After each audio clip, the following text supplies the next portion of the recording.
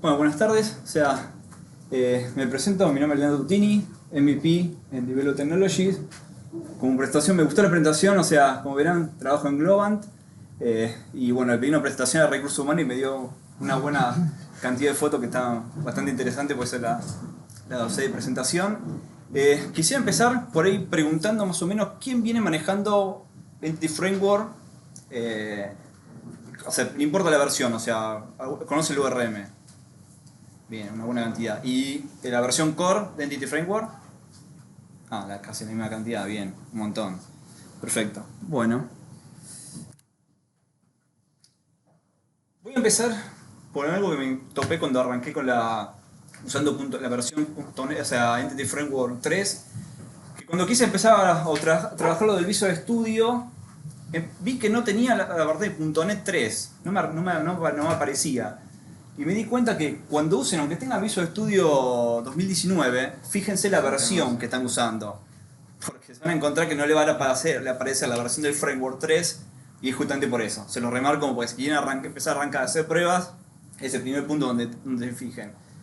Después, para hacer uso de la versión 3, es tan simple como agregar un paquete de Nugget. Lo buscan como Entity Framework, y si van a usar el SQL Server o tienen algunas otras opciones como el SQLite o memoria, es simplemente seleccionarlo, seleccionar la opción 3, instalar el paquete. Es tan sencillo como eso. ¿Qué trae como novedades esta versión del ORM? Bueno, el primer punto, y es fundamental, es un rediseño completo del proveedor del InQ. Lo que donde está apuntando es que genere consultas más eficientes, el ORM basado en la query del InQ que generemos en nuestro código. Y este punto principal es la prevención de consultas ineficaces. Si una consulta no es performante, van a tener un error. Y esto cuando migren, ahora después vamos a ver un poquito, viendo el código entre dos versiones, versión 2 y versión 3, van a ver dónde están apuntando estos dos rediseños en la interpretación del InQ. Bueno, la revisión del InQ, uno de los puntos principales es la limitación de la evaluación en el lado del cliente. En versiones anteriores, bueno, le puse un poquito un resumen, pero si nos vamos, por ejemplo, al código que vemos acá al final, creo que todos los ven. Bueno, un InQ clásico que hacíamos hasta estas versiones anteriores, que era, por ejemplo, quiero consultar los customers y quiero que empiece con algo y que además use un método que yo le defino.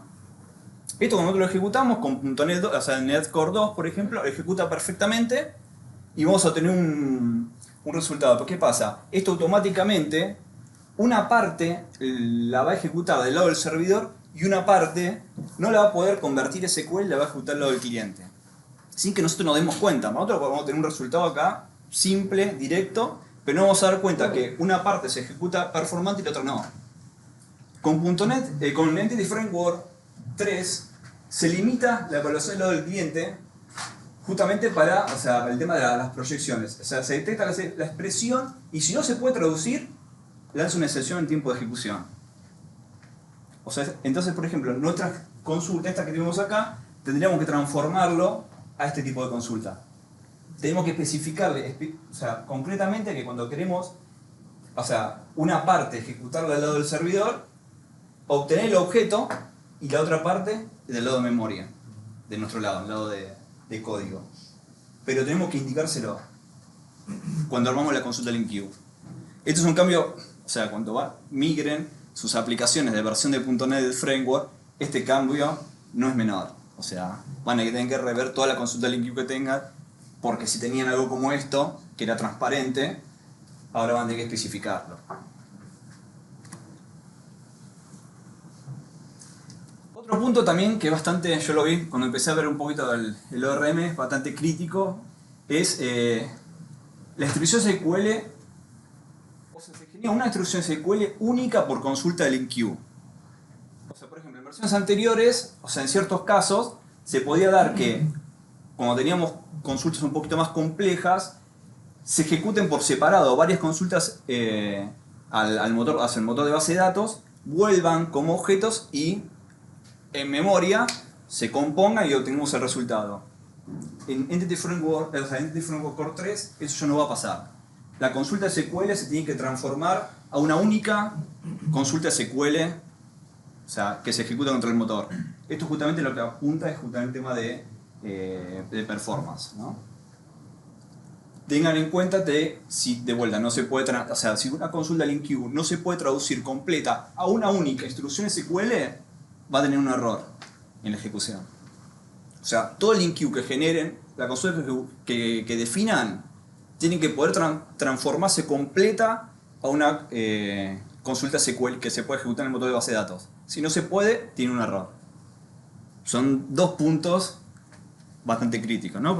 Para el día que quieran pasar de una versión a otra.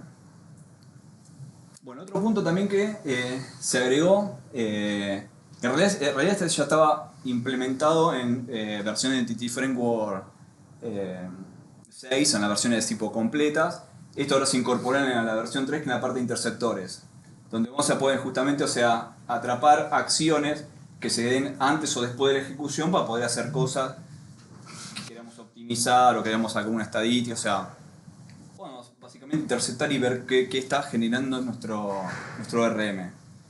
Es simple como implementar, o sea, una clase que implemente una clase, sobreescribir, acá yo puse un solo ejemplo solamente para tener el comando, y cuando se define el contexto es agregar el interceptor. Nada complicado.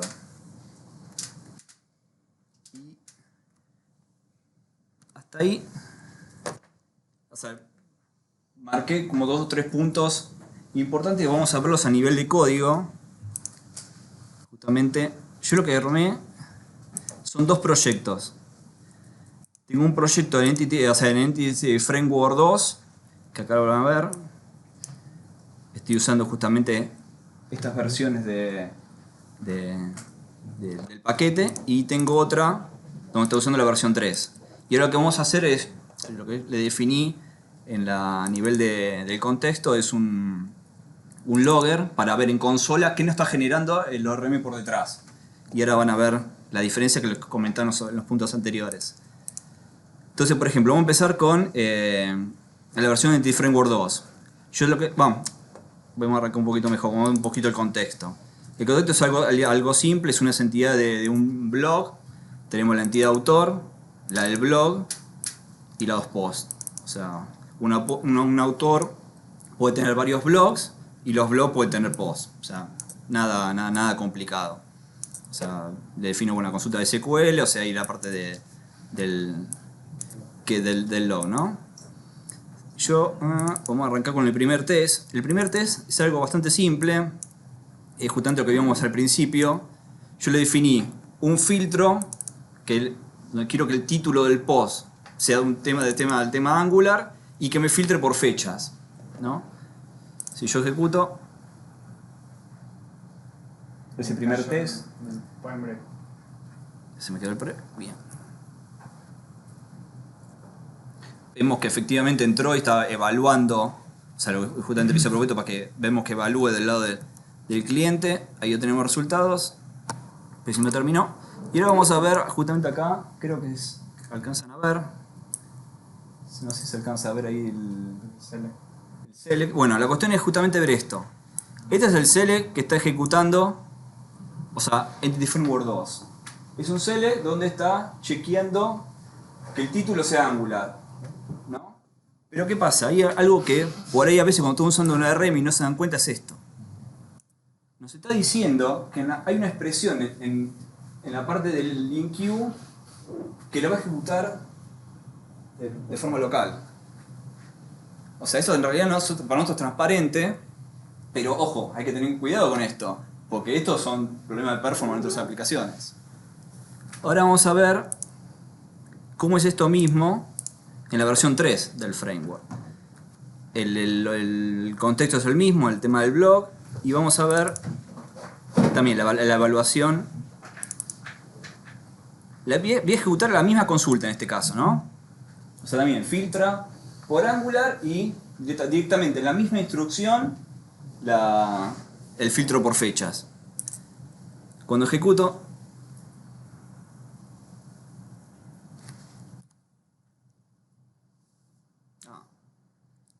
no sé, nos acaba de decir la verdad. Lo que me está informando es que no puede ser traducido el link queue, o sea, el link queue es la expresión de consulta, a una instrucción SQL. No puede ser traducido. Que tenemos que reescribir la query para que tenga que ser posible la escritura. Entonces, ¿qué hace? Bueno, vamos a reescribirlo. Vamos a comentar, tengo la solución abajo, ¿no? Justamente para ver que es verdad.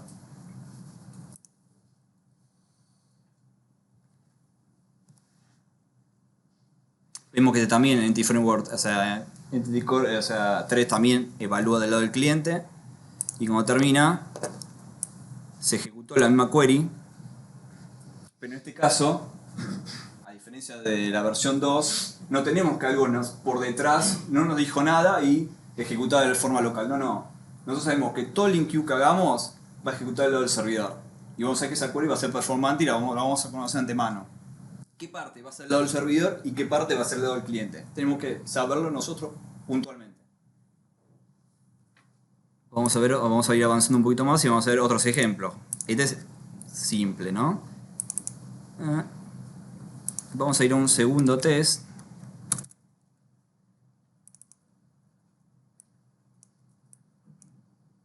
En este caso tenemos un poquito más complejo. Tenemos una primera consulta que chequea los blogs que sean, o sea, que tenga los blogs que tengan algún post que sean de .NET. Y el segundo nos devuelve el blog de Andrés. O sea, Andrés es el autor, ¿no? En este caso. Son dos, y después lo que hacemos con estos dos, un union. Un union y obtenemos el resultado. Entonces tenemos como dos queries y un union, ¿no? Estoy con Entity Framework, o sea, con la versión 2. Ejecutamos.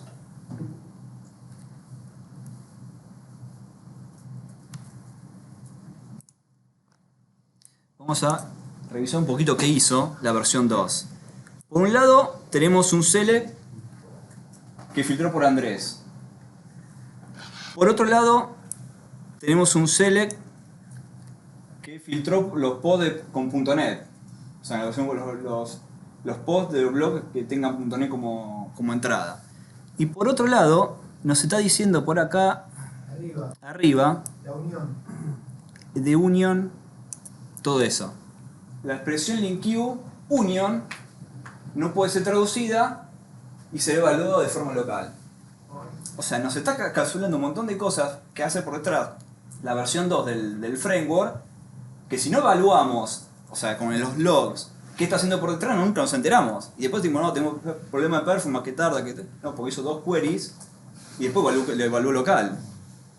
Y nunca nos enteramos. O sea, tengan en cuenta en su proyecto, como si usan hasta ahora vi que muchos estaban usando la versión 2 del framework, que no esté pasando esto. Ahora vamos a probar qué pasa con la versión 3. ¿Qué hace la versión 3?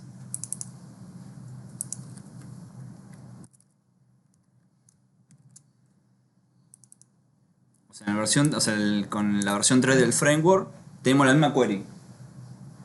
Los dos select, el union y ejecuta.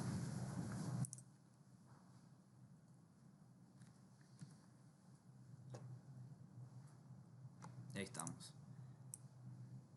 Esto me gustó un poquito más, ¿no? Pudo traducir, en este caso no tuve ningún error, pudo traducir las dos consultas y el union en unas de vuelta. Es una sola instrucción SQL que ejecuta al lado del servidor, en donde hace dos select y aplica el union. Cosa que la versión anterior no lo estaba haciendo. La versión 3 ya lo hace. Esto es justamente lo que yo marcaba al principio, que es justamente el rediseño de toda la parte de consulta, el motor de interpretación del link queue que usa, ¿no? La versión 3. Esto, por ejemplo, es un claro mejora en la performance de cualquier query que hagamos con nuestro DRM, ¿no? Vamos a avanzar otro poquito más. Ahí está. Un tercer ejemplo.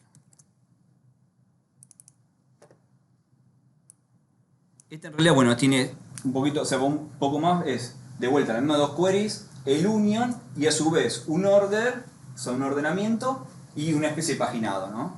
O sea, le puse pocos ítems porque no tenía tantos ítems de la entrada que generé el ejemplo, ¿no? Pero, o sea, agregamos un ordenado y un paginado. Cuando ejecutamos,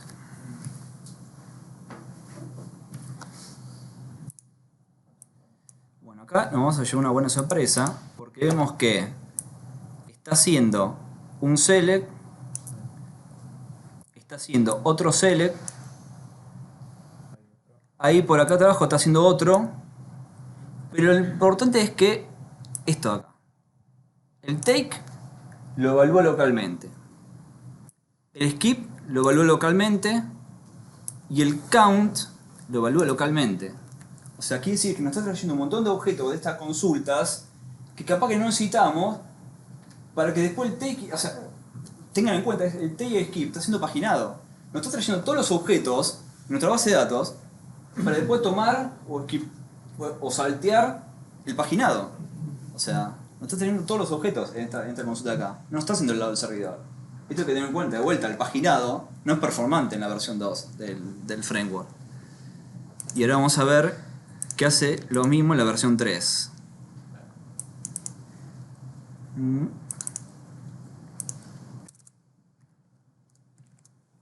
La versión 3.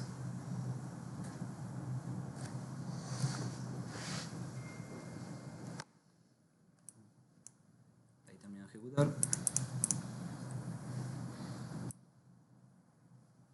Y ahí tenemos el select. Como verán, es de vuelta una sola instrucción. No tenemos un select que pregunta por Andrés, un select que nos trae los blogs que son de .NET, el union, todo eso dentro de otro select, donde se hace una especie del count y donde toma un offset definiendo, o sea, un fetchnet entre justamente el tema o sea, un offset entre dos parámetros, que son por acá abajo toma el 0 y el 2, que son el take y el skip, ¿no? Y lo estoy usando como parámetros, justamente tomando el count para saber cuál es lo que tiene que filtrar para el tema del paginado. Pero ¿cuál es el punto acá? Es que en una sola instrucción SQL une los dos select y a su vez pagina. Y esto sí lo está haciendo del lado del servidor. O sea, no como en la versión anterior.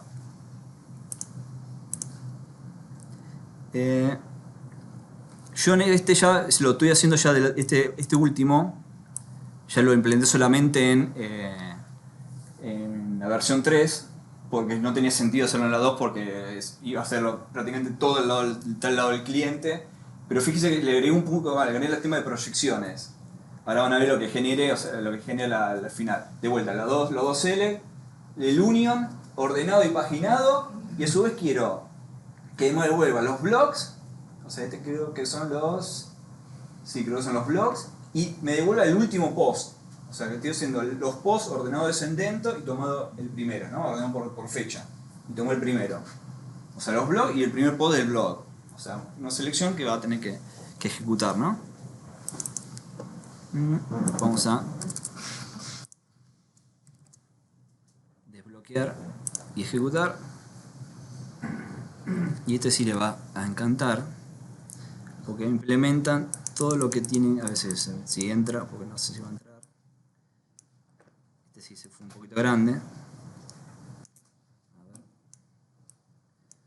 Sí, creo que entró. Sería todo esto. A ver, hay unas cosas que por ahí se repiten. Ahí. O sea, se dan cuenta primero que, o sea, una de las que habían mencionado al principio es que el InQ se tiene que poder transformar en una sola instrucción SQL. Bueno, todo eso que dice ahí se transforma como esto. Está haciendo de vuelta el select, el union, está haciendo el paginado y después está haciendo, no sé si lo ven por acá, ¿qué pasa? Yo le había puesto que saque el último post del blog, que es justamente, o sea, para el tema de la proyección. Y fíjate lo que está usando un row number over partition, o sea, en una instrucción, y lo hizo automáticamente por nosotros. O sea, lo particiona por la fecha de publicación Y después todo eso lo hace con un where, acá digo con un... ¿Dónde era que lo vi esto? Acá, le hace con un left join en realidad, hace un left join de lo que justamente saque como último post y le aplica el... Estoy viendo que no veo el on. Por acá abajo, ¿no? Ahí, Acá, on, y justamente iguala lo que sacó en esta proyección con el partition para saber con la consulta grandota al principio. Y todo eso, bueno, después lo termina devolviendo.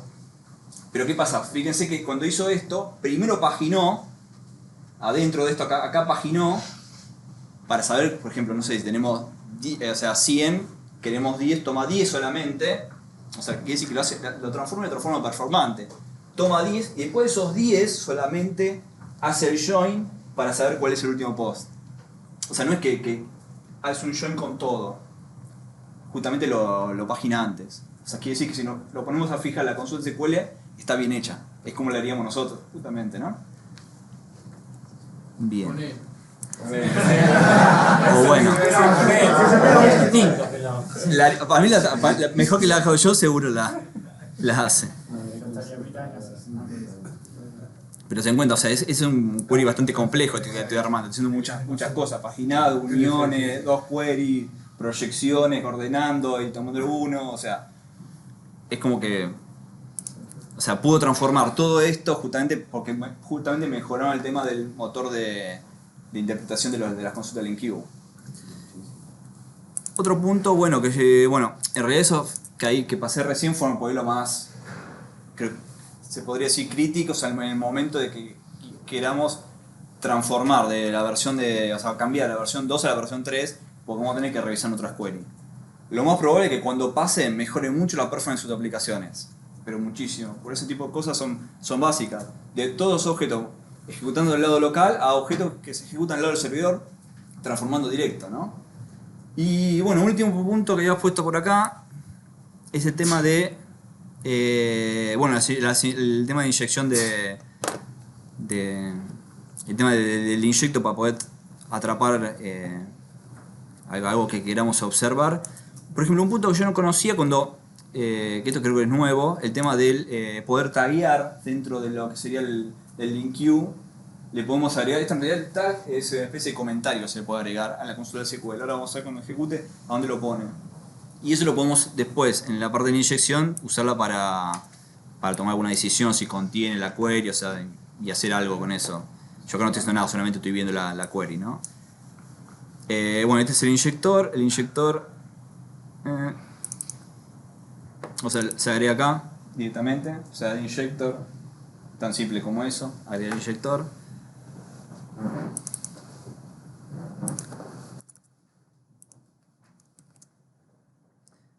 Si lo ejecutamos,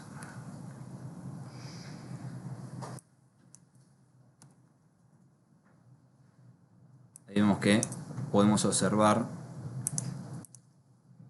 podemos tener justamente toda la query que vimos antes en la consola, la podemos tener para modificar, si queremos hacer, no sé, un replace o cambio. Tenemos el objeto este objeto bastante complejo, tenemos parámetros, tenemos la conexión, o sea, tenemos todos los objetos de conexión justamente para poder manejar y cambiar, ¿no? Lo que quería mostrar es que, por ejemplo, ese tag quit es un comentario que se agrega cuando ejecuta. Porque todas veces, por ejemplo, ¿qué pasa? Esto, por ejemplo, ahora lo estamos viendo de esta forma. Pero podemos ver que tenemos un profiler en la base de datos, es un DB que está trabajando, que está traceando esto. Alguien agrega un profiler, se ejecuta esto, y podemos, por ejemplo, en otro de código, poner algún comentario acá, esto se ejecuta en tal operación, o sea. Y del otro lado, cuando está traceando la query, la primera, claro, vos ya podés identificar, es esta la que trae problema o esta no, o sea, y sabés que esta query trae problema, te fijas por el comentario donde está el tag y buscas ya en el código, o sea, tenés como una especie de conexión entre el código y la base, o sea, como para usar un comentario básicamente, ¿no? En este caso yo lo estoy usando en el inyector para poder detectar el comentario nada más que agregué. No, el inyector, bueno, o sea, se puede hacer vueltas, se puede ejecutar en este caso con ante ejecución, en este caso cuando lee, que se puede hacer cuando ejecuta, cuando actualiza, o sea, todas las operaciones básicamente. Se hace un override. Bien.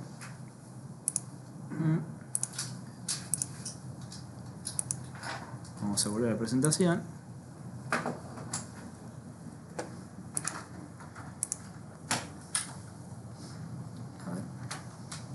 Ahí está. Como interceptos. Bueno, otros. Yo esta vez ya no tengo código, pero después tengo un poquito más al final, pero uno de los puntos, bueno, si escucharon la primera presentación de Germán, secuencias asíncronas. Esto creo, si se acuerdan ya lo habían visto, un wait de for each. Está implementado en la versión de Entity Framework 3 y podemos iterar la consulta LINQ de forma síncrona usando el async enumerable. O sea, esto está implementado dentro del ORM directamente y podemos hacerlo que sea síncrono. O sea, bueno, una wait for each y implementa el async enumerable. Esa justamente está usando una capacidad de C# 8. Otra capacidad que no la nombraron, pero en este caso puede ser interesante, es el tema de que ahora pueden especificar que el string sea nuleable. O sea, pueden indicarlo. Antes ustedes sabían que el string puede tener null, vacío, o sea, bueno, ahora pueden indicarle. Y esto en realidad, si lo trabajan por convención, o sea, le dice, por ejemplo, que si define un string es requerido, pero si define un string nuleable es opcional, por convención, ¿no? O sea, bueno, esto por ejemplo se les evita, por ejemplo, el tema de acá de definir cómo lo definimos antes, con el require, con el tag, o si lo llaman fluent, la propiedad y require, o sea, y ahí les cambiaba cuando, no sé, usaban migration, o sea, ahí les sabía si te ponía nuleable o no el campo, cuando generaba la estructura de la tabla. Bueno, en este caso, al poder definir el string, por convención le va a tomar esto.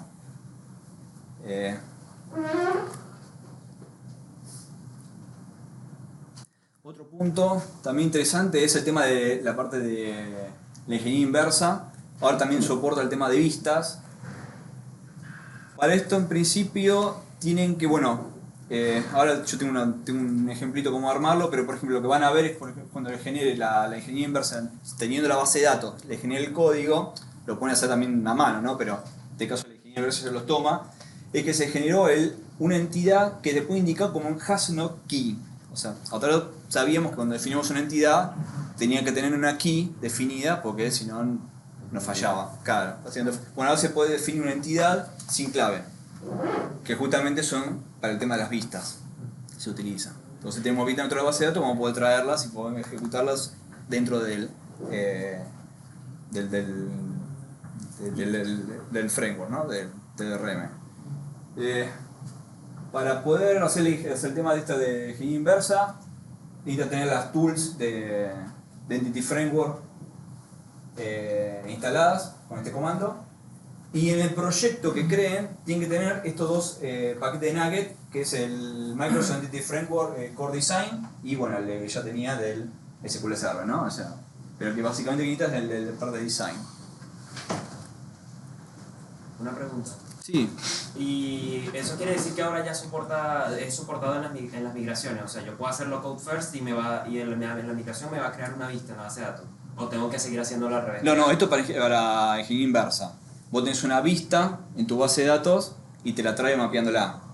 O la podés mapear a mano de la misma forma si lo codias vos, ¿no? Sí, porque lo que yo hago ahorita para hacer una vista es ir a crearla directamente en la base de datos. Y no, después creo la entidad para que me la reconozca y la pongo como DB query. En Migration lo que vos tenés que hacer en realidad es, vos lo definís como parte de tu código. O sea, vos podés agregar código y hacer una execute del create view. O sea, esto no crea la estructura de la vista. La vista ya tiene que estar en la base de datos. O sea, no hace el create view, o sea, no hace eso. No te hace un create view desde el code first. No, lo que te hace es te mapea la vista a una entidad que te genera. Este es el mapping. Pero eso ya no lo hacía, al colocar el parámetro DB query ponías la entidad de la vista. No, porque necesitabas una entidad que tenga clave. Igual en la vista no puedes poner no definís un key en una vista. Creo que se podía hacer, pero era medio. Sí, trucho. creo que lo puedes hacer con una especie de polígono SQ de era medio trucho, no quedaba bien. Lo hacías como un front SQL, lo hacías de otra forma, pero no mapeado directo, como en este caso, ¿no? Bueno, otro punto por ahí, no sé si menor o cosa, es que las entidades dependientes pueden ser opcionales en este caso. Esto, por ejemplo, cuando definimos una entidad uno a uno, acá, por ejemplo, bueno, ponemos un ejemplo, por ejemplo, acá define una orden y tenemos los detalles de la orden. Bueno, vemos que es owner, o sea, en este caso, por ejemplo, comparten la key, pues es una relación uno a uno. Todo esto se mapea a una sola tabla. Pero ¿qué pasa? Cuando uno se quiere recuperar, o sea, la entidad de orden, si no hay ninguna propiedad que tenga valores de orden detail, este orden detail, o sea, este detail va a estar en nulo. O sea, es opcional justamente. O sea, ¿ves? Porque se establece orden detail en null si ninguna de las propiedades necesarias tiene un valor. O sea, si yo, por ejemplo, en este caso, shipping address está en nulo, esta propiedad acá va a estar en nulo. También se puede recuperar, por ejemplo, orden detail sin, o sea, orden sin el detail también. O sea, se puede trabajar de esa forma, ¿no? Es un poco por ahí como trabajar una relación no mucho. Antes, por ejemplo, esto por ahí siempre tiene que estar instanciado, o sea, aunque acá por nada tenemos null, o sea, te evita ese tipo de por ahí juego en la entidad, ¿no? Eso es un detalle, en principio. Bueno, también, bueno, esto yo no de mucho, pero el tema de también, bueno, tiene mayor soporte justamente con Cosmos DB. El tema, la idea es que justamente se pueda aprovechar la capacidad de esta base de datos, justamente como, o sea, de Azure en este caso, Azure Cosmos DB, y se puede trabajar como si, o sea, le da la facilidad al desarrollador de trabajar como si fuera un modelo de base de datos normal, ¿no? O sea, una entidad. Y justamente obtener esta ventaja. La distribución global, bueno, la ventaja de CosmosDB, ¿no? La distribución global, o sea, la escalabilidad, la baja latencia, por ese lado, ¿no? Aprovechar eso en nuestras aplicaciones y ahora sí la podemos mapear con Entity Framework.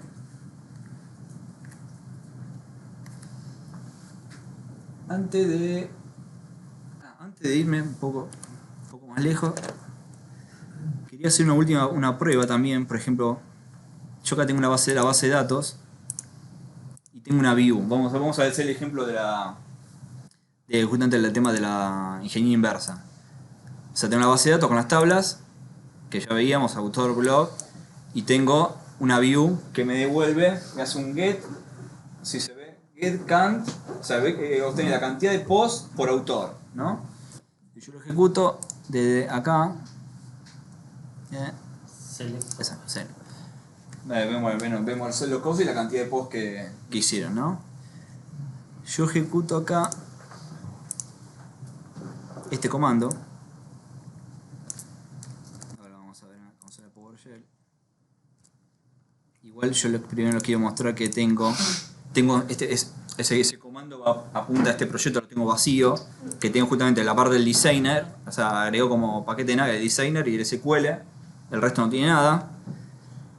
Voy a PowerShell, o sea, bueno, netcons, o sea, scaffolding, la conexión a la base de datos y le digo que esto lo necesita para saber que es una base SQL Server, ¿no? Ejecutamos.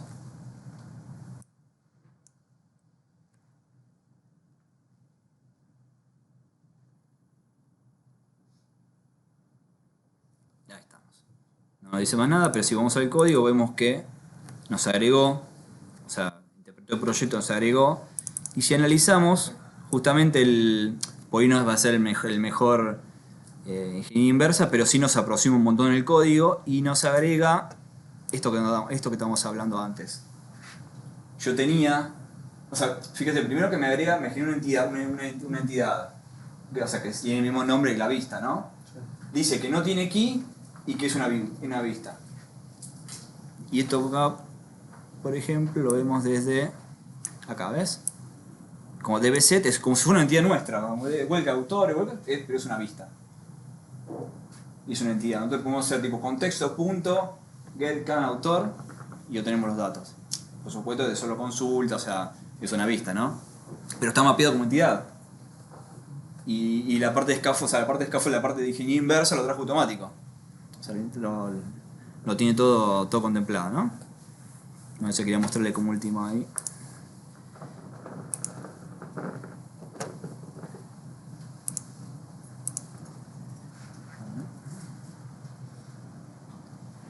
Bueno, como uno de los últimos puntos, o sea, voy a hablar un poquito de Entity Framework 6.3 en .NET Core. Esto por ahí es un punto, o sea, por ahí de si tiene una aplicación que usan NetFull y quiere migrarla a .NET Core, y algo que se van a chocar es decir, bueno, ¿cómo migro Entity Framework 6 o 6X, o sea, a .NET Core? Si no, bueno, ahora está soportado. En la versión 3, si usa .NET Core 3, la versión más reciente se porta y se ejecuta en .NET Core 3. O sea, quiere decir que Entity Framework 6.3 es compatible con .NET Core. El paquete Entity Framework ahora es parte del .NET estándar. Bueno, .NET Core también. Y eso significa que .NET 6 es multiplataforma y los sistemas operativos, bueno, se puede hacer. O sea, quiere decir que en realidad, si no queremos pasar a otra aplicación un poquito más antigua, queremos pasarla a .NET Core 3, el ORM no va a ser un impedimento. Vamos a poder pasarlo sin tener que cambiar nada usando simplemente el 6.3. O sea, no tenemos que pasar a .NET Core, a Entity Framework Core. Lo podemos dejar con el ORM que teníamos. Ustedes se explicarán, bueno, si ahora la versión 6 está aportada a .NET Core, ¿qué sentido tiene .NET Core? Es decir, Entity Framework Core.